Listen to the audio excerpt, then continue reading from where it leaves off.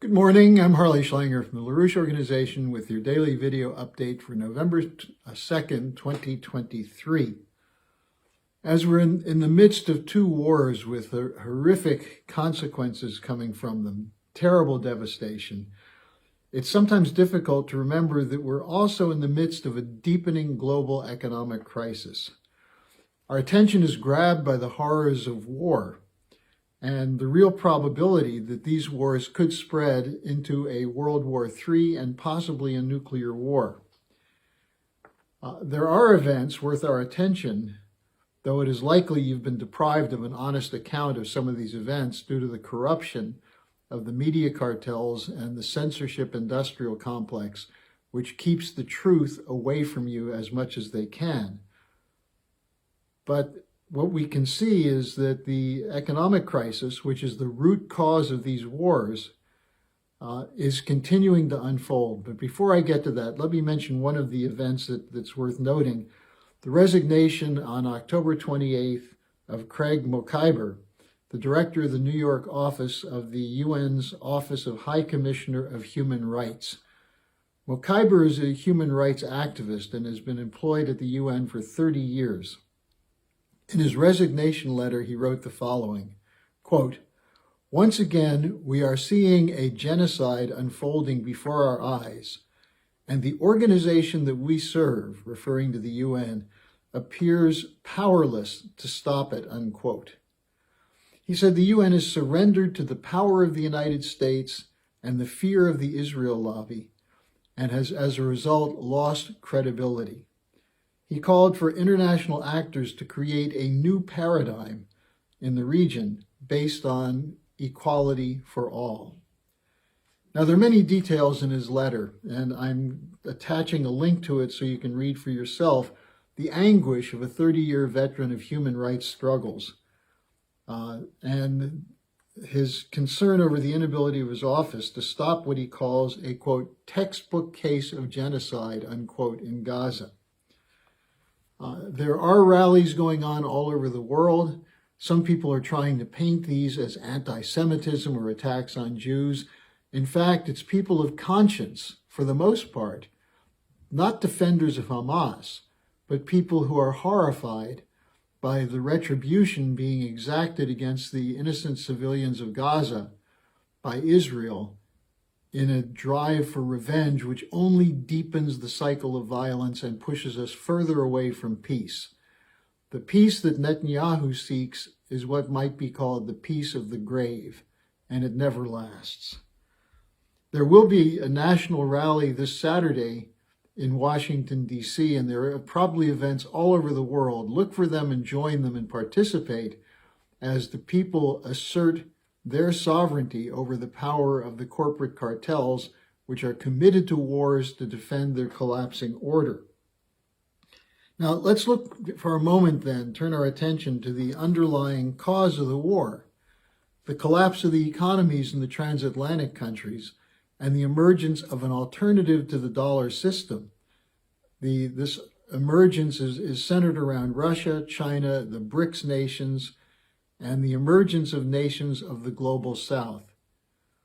Their message is simple: no to imperialism, no to neo-colonial looting. They're demanding that their sovereignty be respected. And the best way to do this is through a new development architecture, which is what Lyndon LaRouche and Helga Zepp-LaRouche have been calling for years, to replace this collapsing imperial order. Why should people have to die in wars to defend an order which would have killed them otherwise through economic sanctions and withholding credit and so on? So when you look at this emergence of these newer nations, the African countries, the Asian nations, the pulling together of this BRICS as an alternative, the New Development Bank, and so on, look for a moment at Europe. The European Central Bank and the EU officials are bragging that their policy of high interest rates has slowed inflation. And it is down on a yearly basis in most of Europe. But as inflation is down, so is production. So is physical economic production. And the GDP of the Eurozone was negative in the third quarter. In other words, quantitative easing, the raising of interest rates, has produced a deflation by cutting credit to productive industries and making credit too expensive for consumers.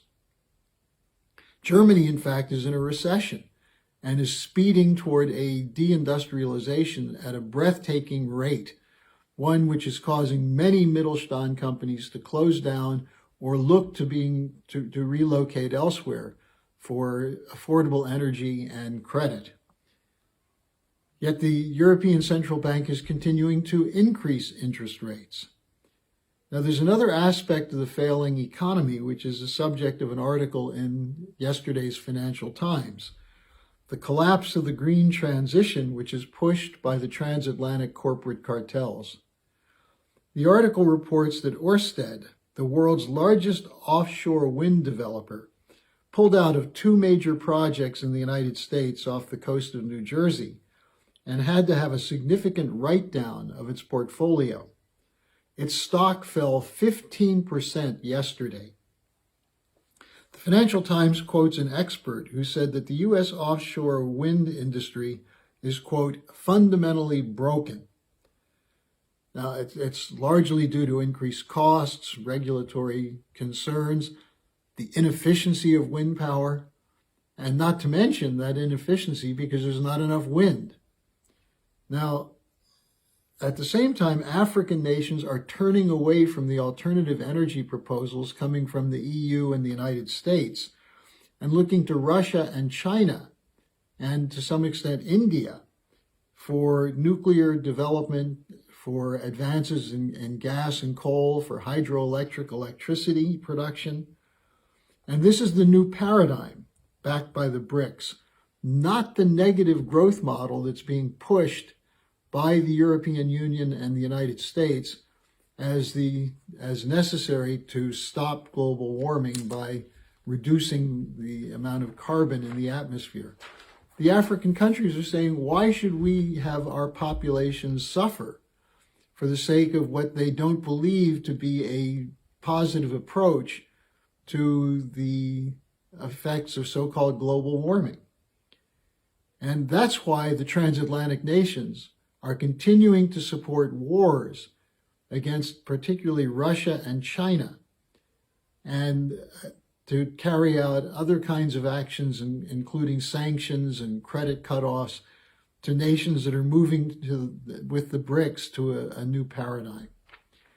So as far as the danger of war spreading in Southwest Asia, note that 5 of the nations that were added to the BRICS countries in their meeting 2 months ago in South Africa, 5 of those nations, Egypt, Ethiopia, Saudi Arabia, the United Arab Emirates, and Iran, are neighbors of Israel in Southwest Asia, and that they are being targeted through this war. The effort is to bring them in to support Israel or to create conflicts that will break apart the BRICS.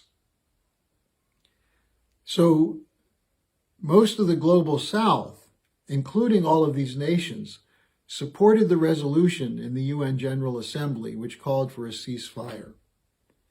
So what we're looking at is a world divided between the proponents of an old order, which is collapsing and which is trying to protect itself and its sponsors, the global corporate cartels in finance and insurance and energy policy, big pharma and so on, trying to protect their profits by continuing a looting policy of poorer countries and increasingly of the populations of their home countries, and a looting policy which is being rejected by the nations that are targeted for the loot.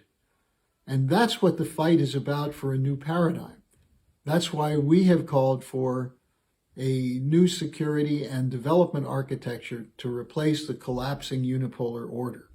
So keep your eye on the LaRouche Organization website for updates on these stories. Spread and share our videos and our articles, And by the way, since it's Thursday, tomorrow will be Friday. I'll be taking your questions and comments. Send them to me at harleysch@gmail.com. I think a lot of our viewers have something to say, and it's important that you have an opportunity through me to have your questions and comments presented. So I'll see you tomorrow. Hello, thanks for watching. Be sure to like, subscribe, and hit the notification bell so you don't miss any of our videos. Support our independence to produce videos like these. Become a member of the LaRouche Organization at thelarouche.org/member. By becoming a member for $25 or more, you'll get special access to the EIR Alert Daily Briefing and Weekly Magazine, which is what I read to stay on top of things.